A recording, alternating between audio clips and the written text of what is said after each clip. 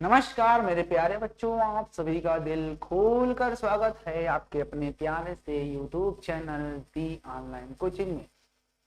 तो कैसे हैं आप सभी लोग, जरा कमेंट्स करके बता दीजिए, क्योंकि शरीफों में कोई शोर नहीं होता, लाइब्रेरी में कोई शोर नहीं होता, और सावन में आजकल कोई मोर नहीं होता, और धंधे में कोई 100% प्योर नहीं होता। पर एक बात की तो फुल गारंटी है कि जो टीओसी चैनल से पढ़ाई करता है वो कभी भी किसी सब्जेक्ट में बोर नहीं होता।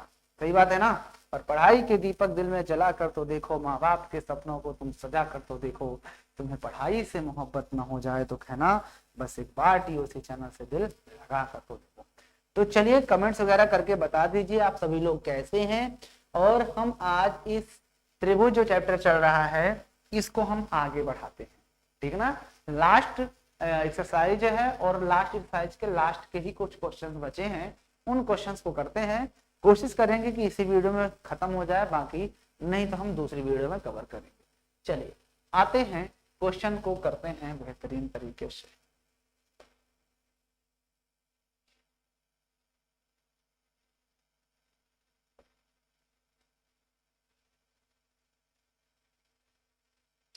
ये रहे आपके सामने क्वेश्चन। कहां तक हो चुका था? 6 तक हो गया था ना। हाँ 6 हो गया था।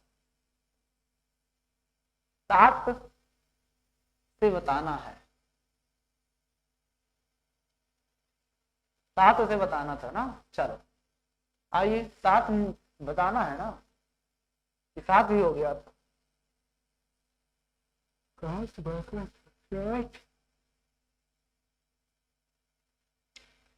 चलो हो भी गया होगा तो फिर से देख लो, मुझे याद नहीं। कथा सिद्ध कीजिए कि एक समचतुर्भुज की भुजाओं के वर्गों का योग उसके विकर्णों के योग के बराबर। इसको मैंने बता दिया था, मुझे याद आया था, लेकिन फिर ये चलो देख लो क्योंकि मुझे भी कंफ्यूज हूं इसलिए। कथा सिद्ध कीजिए कि एक समचतुर्भुज की भुजाओं के वर्गों का योग। एक समचतुर्भुज होता है कुछ इस तरह से, आप जानते ही होंगे। समचतुर्भुज एक बना लेते हैं, ये हमने एक समचतुर्भुज बना लिया, एक समचतुर्भुज हमने ये बना लिया, ठीक है ना। ये समचतुर्भुज बना लिया, इसकी भुजाओं के वर्गों का योग, मान लो ये ए है, ये बी है, ये सी है, ये डी। इसके भुजाओं का योग विकर्णों के योग के बराबर होता है। वाह भाई क्या क्वेश्चन कह रहा है। इसके विकर्णों को मिला दो, मान लो ये ऊपर प्रतिच्छेद का, ठीक है ना। तो देखो हमारे पास जो दिया है इस क्वेश्चन में, क्वेश्चन कौन सा है? 7 नंबर। देखिए 7 नंबर जो क्वेश्चन है इसमें जो दिया है, दिया तो ये है हमारे पास, क्या दिया है कि समचतुर्भुज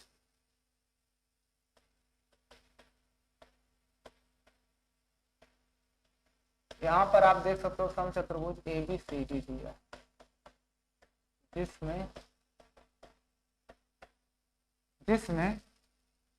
या जिसके विकर्ण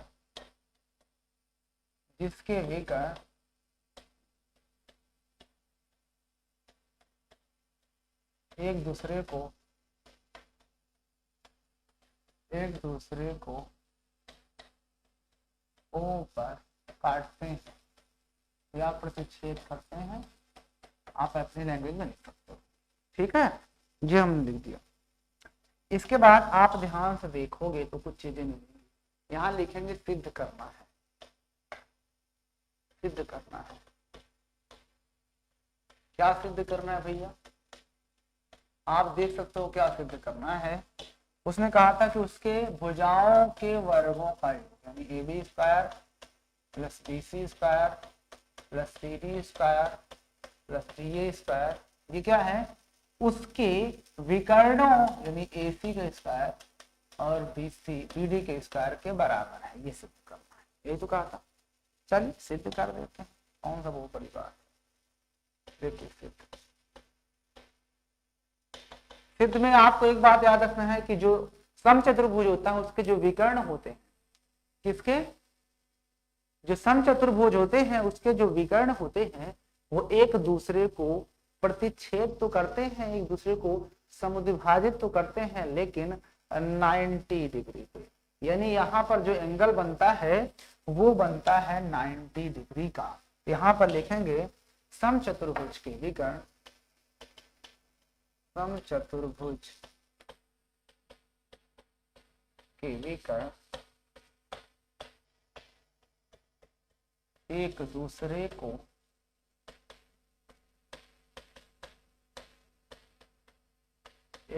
को क्या करते हैं, समकोण पर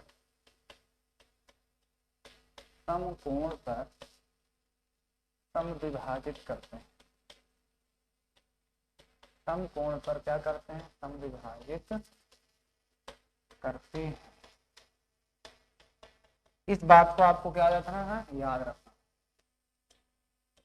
बात समझ में? तो समकोण के जो विकर्ण होते हैं एक दूसरे को समकोण पर समविभाजित करते हैं, ठीक है ना। इसके बाद आपको एक बात और याद होनी चाहिए, तो जब ये समविभाजित करेंगे तो इसका मतलब हम ये कह सकते हैं ना कि AO बराबर OC और AOD बराबर OB होगा।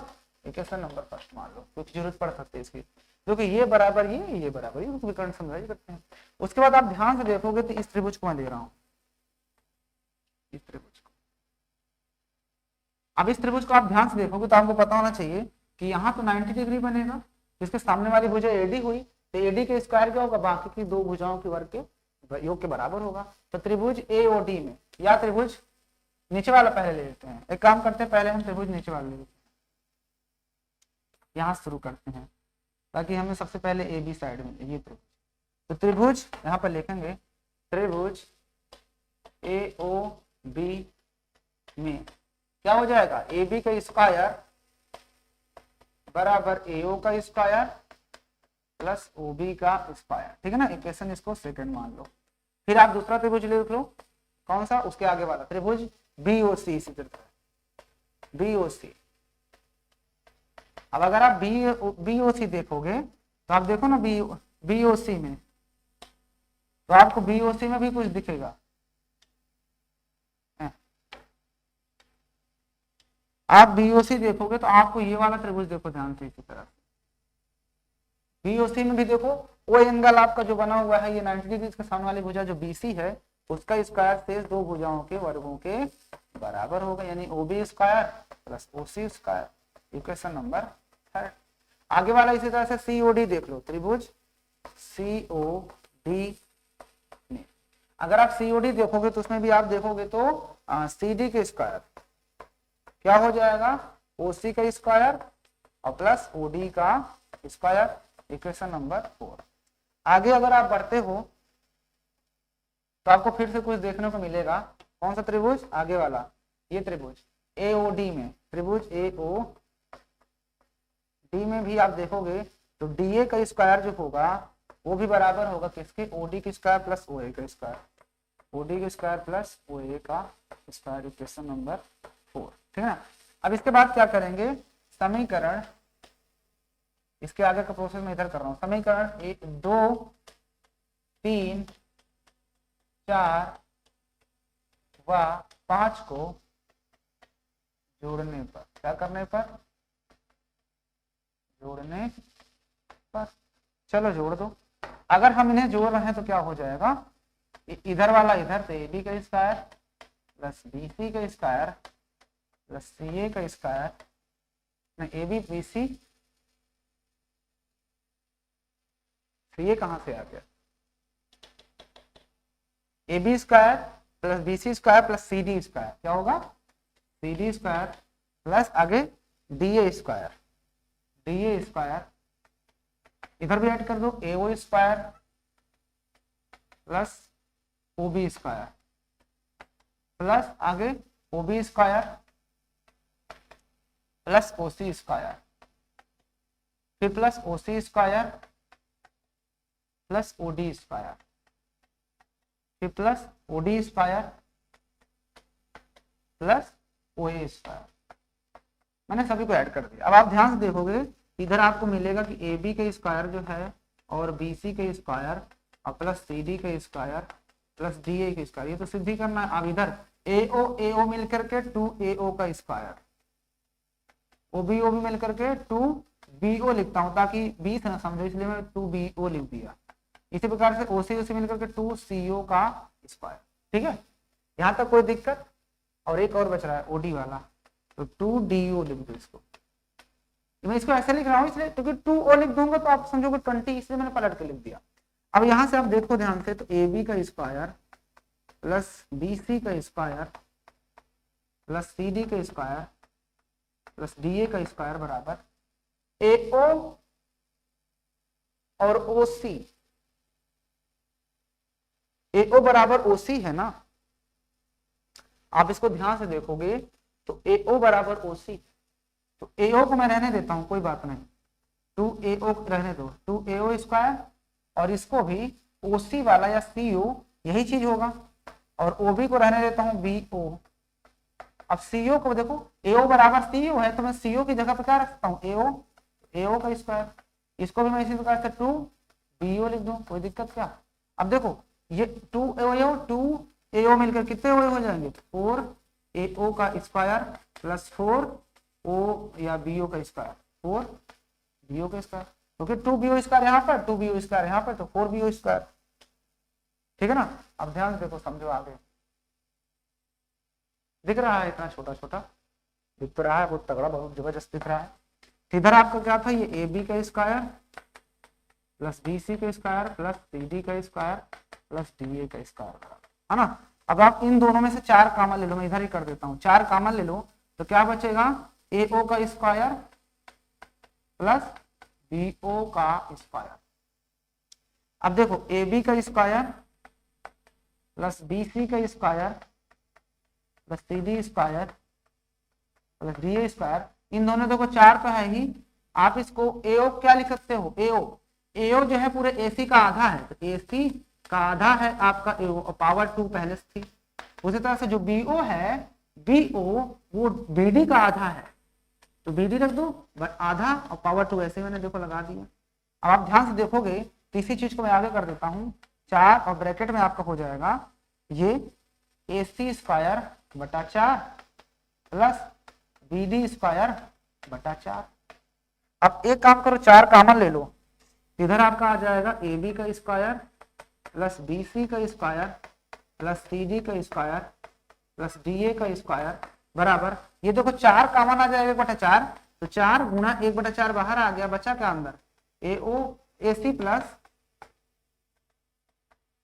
Plus BD। आपका 4 से 4 कट जाएगा, इधर क्या बचा, स्क्वायर भी था, AC स्क्वायर BD स्क्वायर, तो क्या बचा इधर, AC स्क्वायर प्लस BD का स्क्वायर। यही सिद्ध करना, देखो ना ये बराबर आपका AC square plus BD square आ चुका है। उम्मीद है ये प्रश्न आपको शानदार तरीके से समझ में आया होगा, ठीक है ना।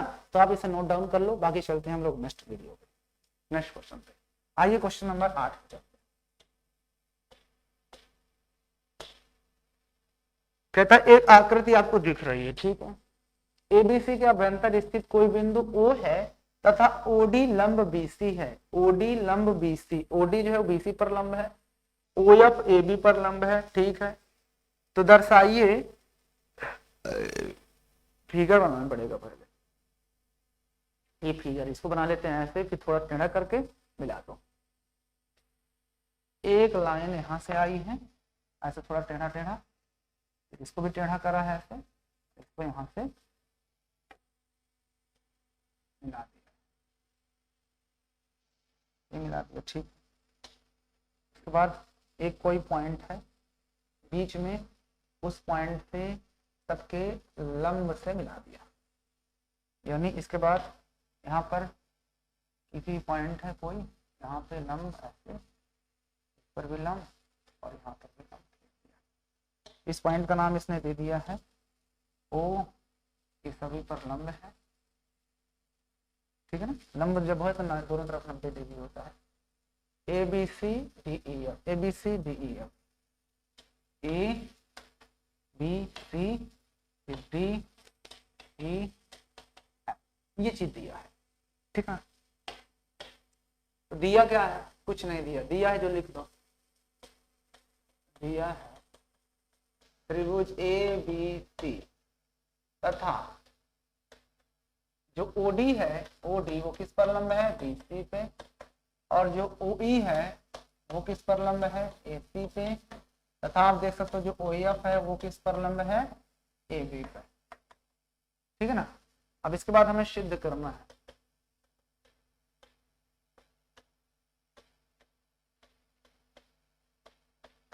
चलो देखते हैं क्या सिद्ध करना है।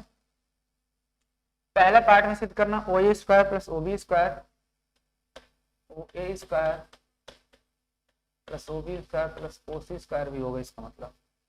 हाँ, फिर ओ डी स्क्वायर माइनस है, minus O D square minus O E square, है ना, फिर minus O F square minus O F square बराबर क्या है, बराबर A F B D C E, A F B D C E का square. ये हमें सिद्ध करना है, ठीक है।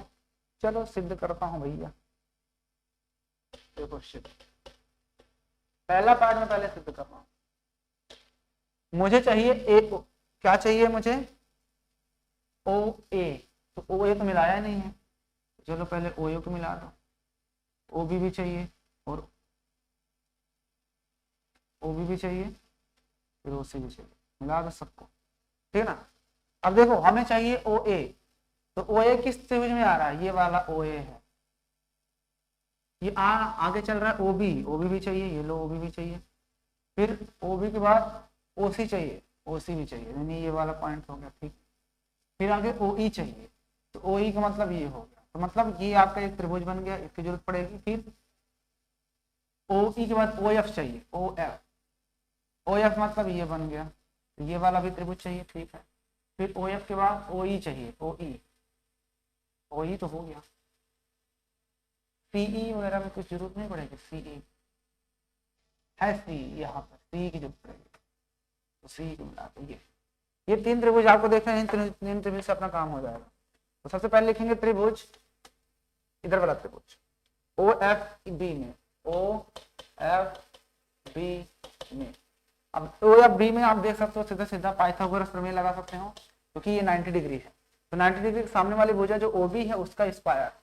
तो पहले ओ ए चाहिए, तो ओ ए के लिए मैं पहले ये वाला त्रिभुज लूंगा, त्रिभुज ओ ए ई में, त्रिभुज ओ ए ई में। तो मैं त्रिभुज को बदल रहा हूँ, त्रिभुज ओ ए ई में, क्योंकि ताकि सीरियल से रहे, ओ ए सबको ऐड करना होगा। तो देखो ओ ए का स्क्वायर जो होगा आपका, वो क्या हो जाएगा, ओ ए का स्क्वायर आपका जो ये ओ ए का स्क्वायर है, ओ ए का स्क्वायर वो बराबर होगा, किसके बराबर होगा, ओ ई का स्क्वायर प्लस ए ई का स्क्वायर। तो ए ई का स्क्वायर प्लस ओ ई का स्क्वायर, ठीक है ना।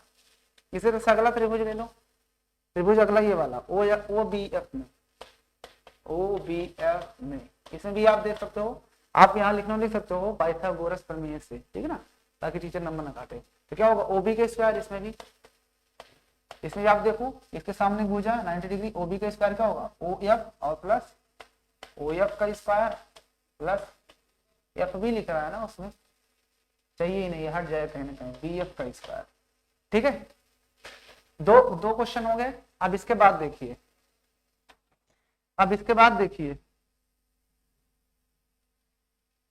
इसके बाद अगला देखते हैं यहाँ पे त्रिभुज कौन सा काम करेगा। एक त्रिभुज आपको यहाँ पर दिख रहा है, त्रिभुज एक जरूरत पड़ सकती है हमको ओ ई सी की, तो यहाँ पर लिखेंगे त्रिभुज ओ ई सी में। अगर ओ ई सी की हम बात करते हैं, ओ ई सी, तो ओ ई सी अगर हम ले रहे हैं त्रिभुज, यहाँ पर हमें ओ एफ की जरूरत पड़ेगी, ठीक है, और उसके बाद हमें और किसकी जरूरत पड़ेगी, बी डी की जरूरत पड़ेगी, बी डी की जरूरत पड़ेगी भैया। तो बी डी का मतलब ये होगा, ठीक है, त्रिभुज फिर कौन सा ले लें, ओ ए ओ बी, ओ ए हो गया, ओ बी तो ठीक है, ओ डी चाहिए।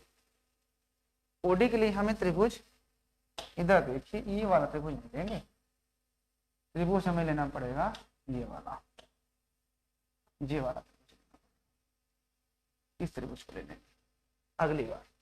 तो यहाँ पर हो जाएगा ओ एफ का स्क्वायर प्लस ओ एफ, और एक हो जाएगा एफ बी चाहिए, एफ बी नहीं चाहिए, ए एफ चाहिए, ए ई चाहिए, ए ई भी नहीं चाहिए। रुको क्वेश्चन गड़बड़ा होगा,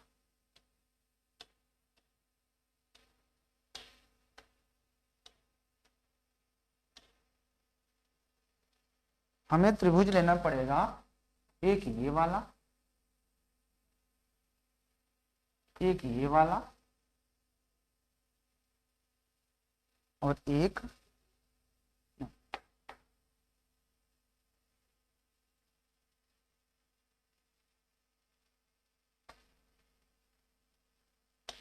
ये त्रिभुज लेना पड़ेगा और एक त्रिभुज ये वाला।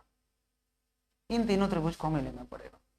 इन तीनों त्रिभुज से ही आंसर आएगा, नहीं तो नहीं आने वाला ये क्वेश्चन का आंसर। देखो हमें त्रिभुज पहले ही वाला लेना है, तो अगर आप ए एफ ओ देख रहे हो, त्रिभुज ए एफ ओ में मैंने कई बार कहा आपसे, जब भी सिद्ध करते हैं तो सिद्ध करना क्या है वो देखते हैं कि आखिर जो चीजें हमें चाहिए वो किस त्रिभुज में मिल पा रहा है। तो अगर हम ए एफ ओ देख रहे हैं तो 90 डिग्री के सामने वाली भुजा सबसे बड़ी होती है कर्ण, तो ए ओ का स्क्वायर, ए ओ का स्क्वायर क्या हो जाएगा, या ओ ए का स्क्वायर, ओ ए का स्क्वायर जो होगा आपका वो ए एफ और O F, A F plus O F का स्क्वायर। आप देख सकते हो यहाँ पर हमें ए एफ की जरूरत भी पड़ेगी और ओ एफ की। बस इक्वेशन नंबर इसको 1 ले लेंगे। उसके बाद हम लेंगे त्रिभुज अगला ये वाला बी ओ डी या बी डी ओ, जो भी लिखना हो लिख सकते हो, उससे कोई दिक्कत नहीं। तो इसमें भी आप देख सकते हो ये 90 डिग्री बनेगा, तो इसके सामने की जस्ट ये कर्ण होगी, यानी ओबी का स्क्वायर जो हो जाएगा, ओबी का स्क्वायर, ये ओबी का स्क्वायर हो जाएगा आपका बीडी की स्क्वायर और ओडी के स्क्वायर, बीडी का स्क्वायर प्लस ओडी का स्क्वायर। अब आप देख सकते हो यहाँ पर भी बीडी चाहिए और ओडी, तो यहाँ तक तो मिल गया। इसके बाद अगला त्रिभुज हम लेंगे ये वाला, यानी ओ ई सी लिखो या ई सी ओ कैसे भी लिख कर सकते हो। तो ओ ई सी में इसमें भी आप ध्यान से देखोगे तो यहाँ पर 90 डिग्री बन रहा है। जब ये 90 तो सामने वाली जो भुजा है ओ सी, उसका स्क्वायर जो होगा बाकी के दो भुजाओं के वर्ग के बराबर, मतलब ये ओ सी का स्क्वायर जो होगा वो ओ ई और ई सी पे आएगा, ओ ई प्लस ई सी का स्क्वायर।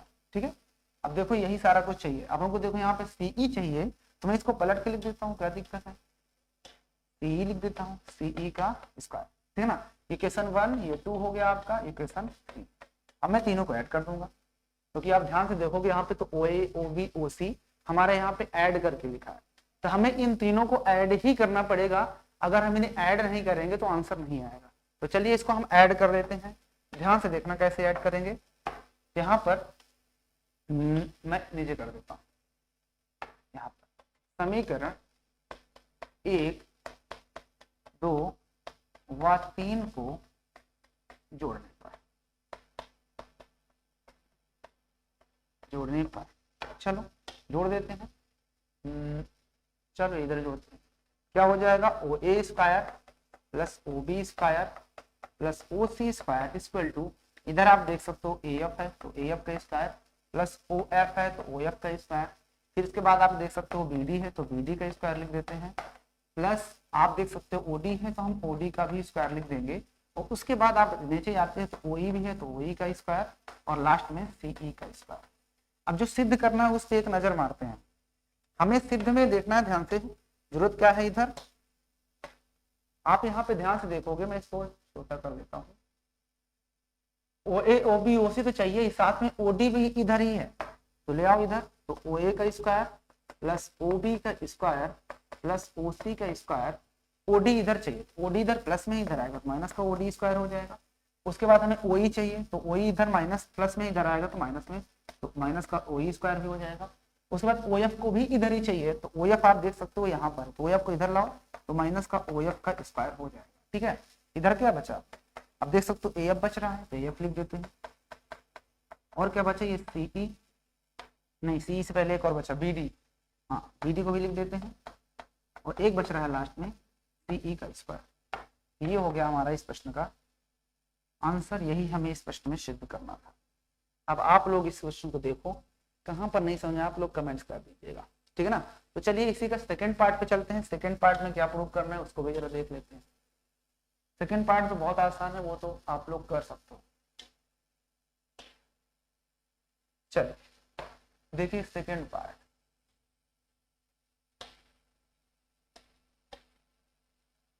देखो सेकंड पार्ट में से तो क्या प्रूव करना है,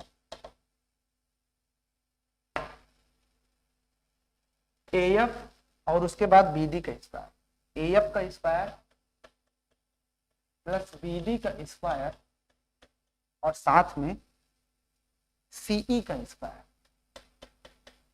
ये बराबर होना चाहिए किसके, AE का स्क्वायर, इसका AE का स्क्वायर और प्लस CD का स्क्वायर और साथ में BF का स्क्वायर। चलिए भैया स्क्वायर करते हैं इसको। तो देखो अभी अभी हमने प्रूव किया था कि जो OA का स्क्वायर है और OB का स्क्वायर है OC के square minus OD square minus OE square minus OF square equal to AF square plus BD square plus CE square. अब इसमें अगर आप ध्यान से देखोगे तो AF स्क्वायर BD स्क्वायर और CE स्क्वायर हमें इस क्वेश्चन में भी दिख रहा है, यहाँ पे आप देख पा रहे होंगे, मतलब इसी में कुछ फेरबदल करना है, हमारा आंसर आ जाएगा। तो एक बात मुझे बताइए कि अगर ये ऐसे लिखा है तो मैं इसको उधर नहीं लिखता हूँ क्या, पक्ष को बदल सकता हूँ, नहीं बदल सकता, बिल्कुल बदल सकता हूँ। तो चलिए इसको मैं ऊपर लिखता हूँ थोड़ा सा, और यहाँ पे आप लिख सकते हो सिद्ध किया गया, यहाँ पे आप लिख देंगे सिद्ध किया गया, ठीक है ना। अब जब ये सिद्ध किया गया है तो हम इसको पलट के लिख सकते हैं, तो हम इसको पहले लिख देते हैं। तो AF का स्क्वायर जो होगा प्लस BD का स्क्वायर और प्लस CE का स्क्वायर बराबर, इसको हम इधर ले देते हैं, तो OA का स्क्वायर, अब OA के स्क्वायर के साथ प्लस OB का square plus OC square plus minus OD square minus का OE square minus OF square. अब ध्यान से देखिए, इसको तो हमें कुछ ही नहीं करना, इधर तो हमें यही चीज चाहिए, इसमें से कुछ भी फेर बदल नहीं करना। अब ध्यान से देखिए, हमें इधर चाहिए AE, तो मुझे AE किस तरह से मिल सकता है, तो AE अगर मुझे चाहिए, AE कहाँ पे, ये है, तो AE क्या है, ये 90 डिग्री के जस्ट सामने वाले हो जाए, नहीं AE नहीं चाहिए, इधर चाहिए AF चाहिए। तो AF अगर मुझे चाहिए तो आप ध्यान से देखोगे, इस वाले त्रिभुज की मैं बात करता हूँ, मैं सारा हटा देता हूँ, AF की बात कर रहा हूँ।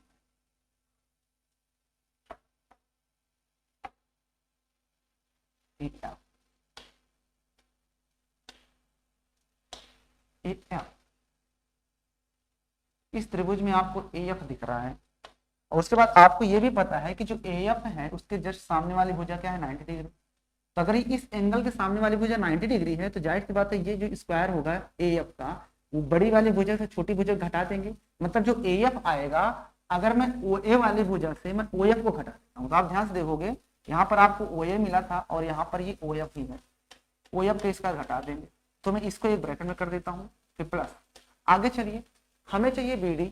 तो अगर मुझे BD चाहिए भैया, तो BD के लिए मुझे, मेरे पास कौन सा त्रिभुज है, ये वाला, ये आप देख सकते हो, ये BD के लिए है। अब मुझे बताओ कि अगर मुझे BD चाहिए तो BD के लिए फिर से वही काम, ये 90 डिग्री है, 90 डिग्री है, तो 90 डिग्री के जस्ट सामने वाली भुजा सबसे बड़ी होती है, तो अगर मैं बड़ी वाली भुजा से शेष दूसरी भुजा OD घटा दूंगा तो भाई BD आ जाएगा, यानी कि OB माइनस OD। तो OB आपको दिख रहा है यहाँ पर है, OB भी पता है और OD भी आपको पता है, OD इसका, और उसके बाद बचा हुआ जो एक पार्ट है, क्या बचा है, OC के स्क्वायर, और इसके साथ बचेगा क्या, OF हो गया, OD हो गया, OF OD बचा OE, इसको इसके साथ हो गया। अब यहाँ पर आप इसको लिख दो ऐसे ही, तो AF square plus BD square और प्लस का ये CE का square equal to OA square minus OF square equal to AF square. अभी मैंने बताया इसी प्रकार से क्या बन जाएगा, BD स्क्वायर, और ये लास्ट वाला देखो OC से घटाओ OE को, तो देखो ये OC है, से OE को घटा दिए तो क्या बचा, CE तो बचा, और हमें CE ही चाहिए था। इस तरह से आपने इस क्वेश्चन को भी सॉल्व कर दिया। ये था इस प्रश्न का परम सत्य आंसर। अब बताइए कहाँ पे ये क्वेश्चन आपको समझ में नहीं है, ठीक है ना। तो यहाँ पे आपका क्वेश्चन नंबर 8 भी फिनिश हो जाता है। ये अगले क्वेश्चन पे चलते हैं, 9।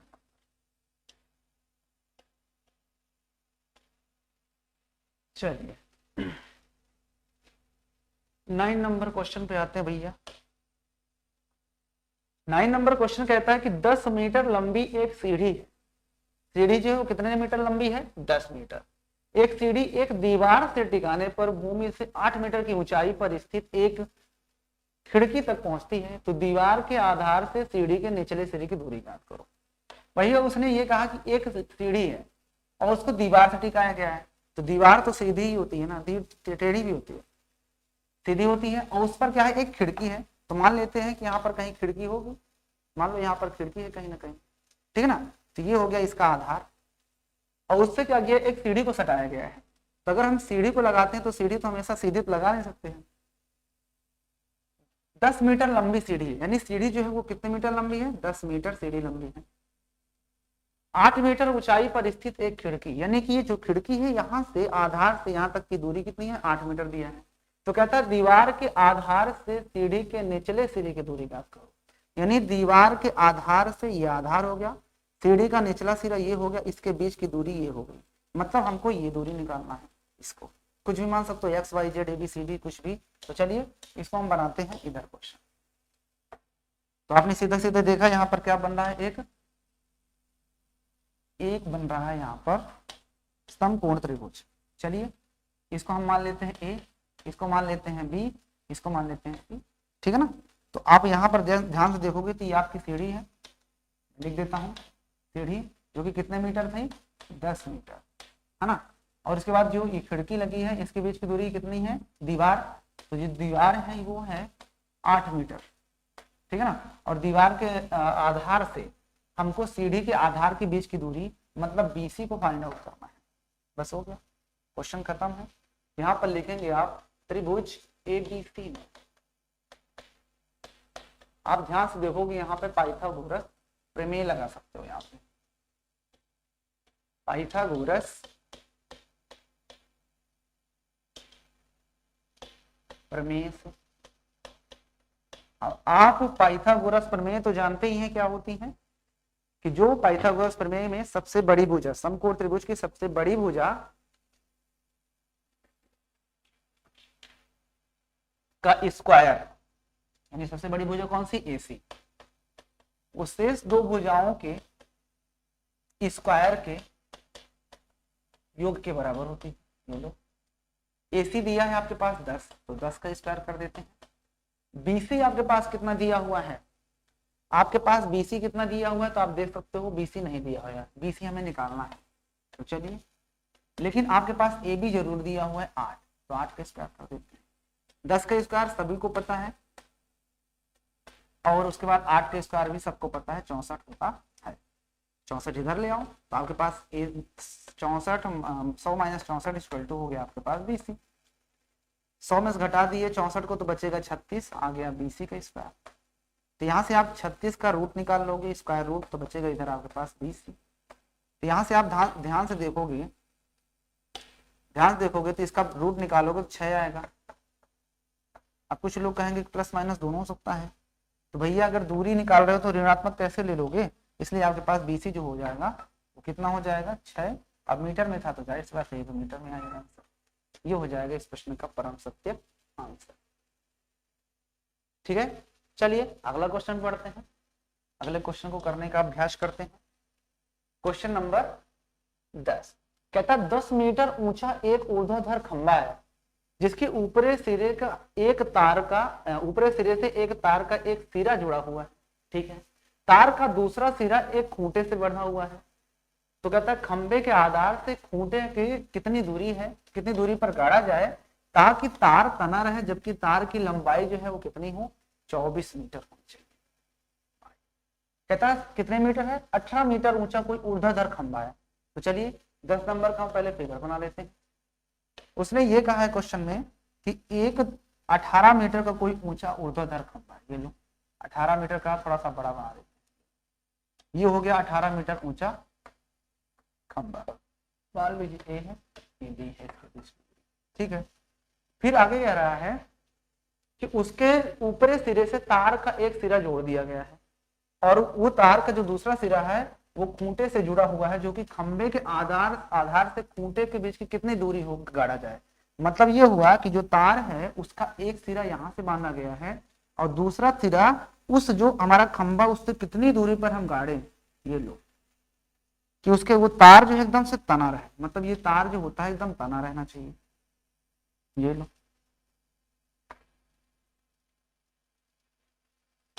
मतलब ABC। अब यहाँ पर आपका ये खूंटा गड़ा हुआ है, ये खूंटा है, ये तार है आपकी, ये आपकी तार है। तार की लंबाई दिया है 18 मीटर ऊंचे खंबे के ऊपरी सिरे से तार का एक सिरा जुड़ा हुआ है, तथा तार का दूसरा सिरा खूंटे से जुड़ा हुआ है, खंबे के आधार से खूंटे को कितनी दूरी पर गाड़ा जाए ताकि तार तना रहे, जबकि तार की लंबाई 24 मीटर दी है। मतलब हमारे पास तार की लंबाई दे दी है 24 मीटर है, यानी कि हमें ये दूरी फिर से निकालना है। एक्स मानो न मानो रहने दो, हमें BC फाइंड आउट करना है, कोई बात नहीं। चलिए फिर से आपको वही काम करना है। त्रिभुज आपको दिख रहा है ABC, तो त्रिभुज ABC में आप वही काम करोगे, कौन सा फार्मूला लगाओगे, पाइथागोरस प्रमेय। चलिए पाइथागोरस प्रमेय लेते चलते हैं एक बार, कि सबसे बड़ी भुजा जो होती है मतलब AC, उसका स्क्वायर बाकी की छोटी दो भुजाओं के वर्ग के योग के बराबर होता है, मतलब AB का स्क्वायर। ठीक है, AC आपके पास दिया है 24, तो 24 रख देते हैं, 24 का स्क्वायर, और इधर BC हमें फाइंड आउट करना है, ठीक है, प्लस AB हमारे पास दिया हुआ है 18, 18 के स्क्वायर कर देते हैं। 24 का स्क्वायर आपको पता ही होना चाहिए 576 होता है, और BC का स्क्वायर 18 का स्क्वायर आपको पता होगा 324, नहीं पता तो याद कर लो। 576 माइनस 324 हो जाएगा, इक्वल टू आपके पास आ जाएगा BC। घटा लो, 6 में से 4 जाएगा तो 2 बचेगा, 7 में से 2 जाएगा तो 5 आएगा, और 5 में से 3 जाएगा तो 2 आएगा, बराबर BC। अब इसका हमें स्क्वायर रूट निकालने, क्योंकि स्क्वायर है ये, इधर से मैंने स्क्वायर हटा रहा है, इधर रूट चला जाएगा। अब 252 का आपको फैक्टर करना पड़ेगा। चलिए 252 को हम 2 से काट देते हैं, 2 एक कम, 2 दूनी 4 और 2 छंगे 12 हो जाता है। फिर से 2 से काट दो तो 2 छंगे 12 हो जाएगा, और 2 3 6, फिर से 3 से काट देते हैं, 21 तिक्का 63 और 3 सत्ते 21 होता है, 7 एकम 7। मतलब यहाँ पर आप इसको लिख सकते हो 2 गुना 2 गुना 3 और गुना 3 और एक बार 7, बराबर आपके पास आ गया 20। आप देख रहे हो यहाँ से एक, यहाँ से जोड़ा बन रहा है, 2 3 6 तो बाहर आ जाएगा, लेकिन रूट के अंदर 7 रह जाएगा, बराबर 20। यानी आपने यहाँ पर देखा कि आपकी जो BC है उसकी आपने लेंथ निकाल लिया, यानी जो BC है वो आपने 6√7 मीटर निकाल लिया। अगर इसका आंसर चेक कर लेते हैं क्या सही है या गलत है।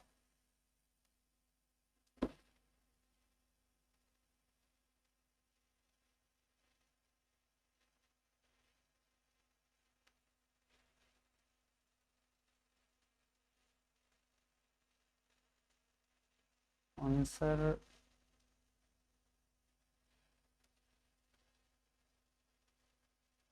आंसर नहीं है इसका मेरे पास, आप लोग इसका आंसर चेक कर लीजिएगा, वैसा सही है, ठीक है ना, ये आपका इस प्रश्न का सही उत्तर हो जाएगा। आइए अगला क्वेश्चन पे चलते हैं, क्वेश्चन नंबर 11 नंबर क्वेश्चन में आप हवाई जहाज की सैर कराएंगे आप लोग को। देखिए 11 नंबर कहता है एक हवाई जहाज है जो कि एक हवाई अड्डे से उत्तर की ओर 1000 किलोमीटर पर आवर के हिसाब से क्या है उड़ता है, ठीक है। इसी समय एक अन्य हवाई जहाज है जो कि उसी हवाई अड्डे से पश्चिम की ओर 1200 किलोमीटर पर आवर की चाल से उड़ता है। 1.5 घंटे बाद दोनों हवाई जहाजों के बीच की दूरी ज्ञात करनी। सिंपल है ये भी, इसको भी आप आसानी से कर सकते हो। चलो फिलहाल मैं आपको बताता हूँ। 11 नंबर में आपको तो पता है ना कि पूरब पश्चिम उत्तर दक्षिण किधर होता है, ये मैंने खींच दिया डायरेक्शन। आपको पता है यहाँ पर इधर पूर्व होता है, इधर तो पश्चिम होता है, इधर उत्तर होता है और इधर दक्षिण होता है, ठीक है। अब ये हो गया आपका हवाई अड्डा, ये है हवाई अड्डा, ठीक है ना। अब यहाँ से 2 प्लेन उड़ना शुरू करते हैं। एक 1000 किलोमीटर पर आवर के हिसाब से किधर उड़ता है, उत्तर की तरफ, यानी जो उत्तर की तरफ उड़ता है इधर को हवाई जहाज, वो उड़ता है 1000 किलोमीटर पर आवर के हिसाब से, और एक उड़ता है पश्चिम की ओर। पश्चिम की ओर मतलब इधर, जो इधर उड़ता है वो उड़ता है 1200 किलोमीटर पर आवर के हिसाब से। तो मान लो कि ये 1.5 घंटे उड़े, कितने घंटे, 1 हाफ, ये भी 1 हाफ, इतने आवर ये भी उड़ा, ये भी उड़ा, इतना है, ठीक है। अब अगर ये उड़ेंगे 1 घंटे, अगर ये दोनों उड़ेंगे 1.5 घंटे, तो मान लो ये यहाँ पे पहुंच गया, ये भी उड़ते उड़ते यहाँ पहुंच गया, इनके बीच की दूरी कितनी होगी ये बताना है। तो मुझे पहली बात ये बताओ कि अगर ये जो हवाई जहाज पश्चिम की तरफ जा रहा है, ये 1200 किलोमीटर पर आवर। देखो यहाँ पर है 1200 किलोमीटर पर आवर। इसका मतलब ये हुआ कि जो वाला प्लेन है वो 1 घंटे में कितना किलोमीटर जाता है, 1200 किलोमीटर जाता है। अब अगर ये 1 किलोमीटर मतलब 1 घंटे में 1200 किलोमीटर जा रहा है, तो मुझे बताओ कि ये 1.5 घंटे में कितना जाएगा। सिंपल है भाई, जब वो 1 घंटे में, अगर कोई भी प्लेन 1 घंटे में कितना जा रहा है, आप देख सकते हो 1200 किलोमीटर अगर ये जा रहा है, तो आधा घंटे में कितना जाएगा बता सकते हो? आधा घंटा मतलब 30 मिनट में। जाहिर सी बात है, एक घंटे में जा रहा है 1200, तो आधे में जाएगा 600। अब हमें 1.5 घंटे निकालना है, तो इधर दोनों को जोड़ देंगे, इधर भी दोनों को जोड़ दिए, तो 12 6 1800, यानी ये जाएगा 1800 किलोमीटर। ये जो इधर उड़ रहा है ये 1800 किलोमीटर जा चुका है। इसी तरह से ये वाला भी, ये अगर इसकी स्पीड 1000 किलोमीटर पर आवर है, मतलब ये 1 घंटे में कितना जा रहा है, 1 घंटे में जा रहा है भैया 1000 किलोमीटर। और हमें चाहिए 1.5 घंटे का, क्योंकि 1.5 घंटे के बाद तो पहुंच रहा है, तो 1.5 घंटे के बाद देखना है ना। तो 1 घंटे में तो 1000 गया, आधा घंटा में कितना चला गया होगा, आधा घंटे में 500 और चला गया होगा, मतलब टोटल ये 1.5 घंटे में कितना गया होगा, तो आप देख सकते हो 1500। मतलब ये दूरी जो तय किया वो 1500 किलोमीटर तय किया। अब हमें दोनों तरफ की दूरी पता है, आप लेंथ निकाल सकते हैं आसानी से। बताइए निकाल सकते हैं या नहीं? इसको लिखने का तरीका भी अब बताता हूं मैं कैसे लिखना है इसको, क्योंकि लिखना भी बहुत जरूरी है। चल इस फिगर को हम थोड़ा साइड में कर देता हूँ, चलो फिगर छोटा नहीं होगा कोई बात नहीं।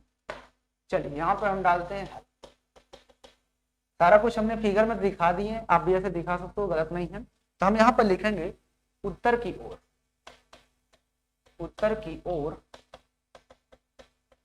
उड़ने वाले हवाई जहाज द्वारा 1.5 घंटे में तय की गई दूरी बराबर कितना निकाले, 1500 किलोमीटर। ठीक है ना। इसी प्रकार से तो पश्चिम की तरफ, इधर पश्चिम की ओर उड़ने वाले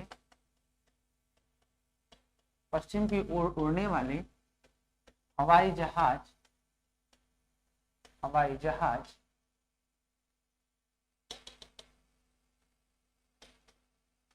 द्वारा 1.5 घंटे में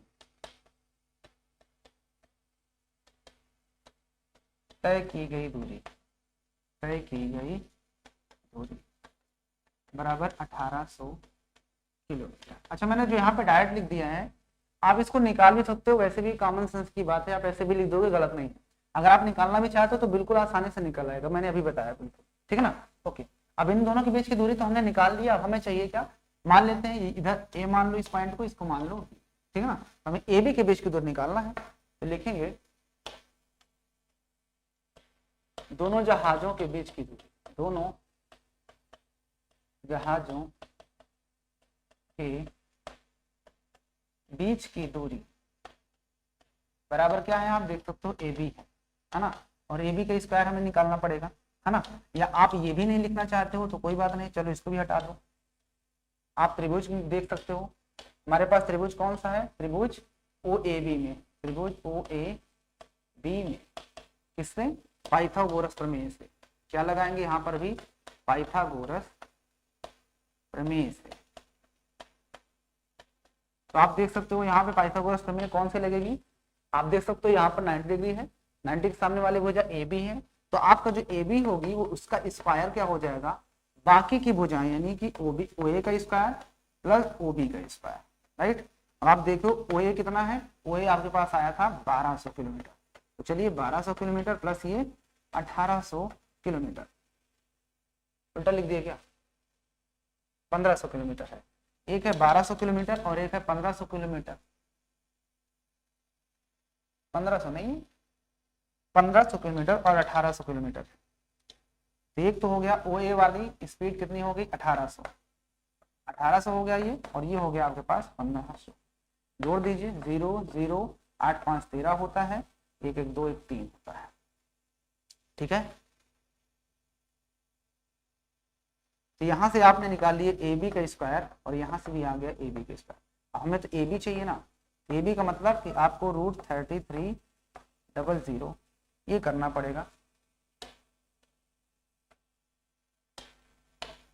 ये स्क्वायर होगा, ये हो जाएगा आपका 324, 2 0 2 0 और 15 15 हम 225 होता है, 2 0 2 0 और ऐड कर दो, 4 0 तो ऐसे ही आ जाएंगे, और 5 और 4 9 होता है, 2 और 2 4 होता है, और 3 2 5 होता है। मतलब यहाँ से आपने ए बी का स्क्वायर तो निकाल लिया, लेकिन हमें चाहिए ए बी। अगर हमें ए बी चाहिए तो हमें रूट निकालना पड़ेगा 549,000,440। यहाँ से आप साफ साफ देखोगे तो भाई 4 0 से 2 0 तो आ जाएंगे बाहर, अब बचा 549। तो चलिए 549 को हम काटते हैं, कितने से कटेगा, तो कितने से कटेगा ये 5 4 9 9 18। चलिए 3 से काट देते हैं, 3 1 कम 3 हो जाएगा, 2 3 8 24 और 3 3 9। फिर से 3 से काट देते हैं, 3 6 18, 3 1 कम 3। ठीक है, बस हो गया, अपना ही कटेगा। तो यहाँ पर आ गया, अभी एक पेयर तो आपका बन जा रहा है, तो 3 तो बाहर आ जाएगा, लेकिन और साथ में 300 भी बाहर आ जाएगा। यानी कहने का मतलब ये हुआ कि यहाँ से आप इसको 300 और रूट के अंदर आप 61 लिख सकते हो, और ये हो जाएगा उसके बीच की दूरी। ये समझ में आया? देखिए यहाँ पर 3 1 3, 3 8 24 और 3 3 9। 3 से आप फिर से काट दो, 3 6 18 और 3 1 कम 3 है ना, 3 6 18 3 1 कम 3। अब यहाँ पर अगर आप इसका स्क्वायर रूट ले रहे हो 549 और इसके आगे 4 0 थे, तो आप ध्यान से देखो, हमने 549 को ही तो लिखा ना, क्या 3 गुणे 3 और ये साथ में 61, और ये इसको आप कितना लिख सकते हो 10 गुणा 10 गुणा 10 गुणा 10। ठीक है ना, अब ध्यान से देखो, इस दो डबल 3 में से एक 3 बाहर आ जाएगा, 61 तो नहीं निकल पाएगा, लेकिन इन दोनों में से एक 10 बाहर आ जाएगा, और इन दोनों से भी एक 10 बाहर आ जाएगा। 61 नहीं निकल, उसको अंदर रख देंगे। अब इनको मल्टीप्लाई करो, कितना हो जाएगा आपका ये 300 और √61। तो वो चीज मैंने यहाँ पर लिख दिया। ठीक है ना, तो ये था इस प्रश्न का परम सत्य आंसर। ठीक है ना, तो आप क्या करोगे, इन सभी क्वेश्चन को एक बार फिर से घर पर रिकैप करोगे, जो क्वेश्चन नहीं आया उसको पूछोगे। ठीक है ना, तब ने 11th तक क्वेश्चंस को कवर कर लिए, बाकी क्वेश्चन को हम लोग नेक्स्ट वीडियो में कवर कर लेंगे। तो वीडियो पसंद आई हो तो लाइक कर देना, चैनल पर नए हो तो सब्सक्राइब कर देना, बेल आइकन को प्रेस कर लेना। बाकी मिलेंगे आपसे जल्द ही नई वीडियो के साथ, तब तक के लिए जय हिंद।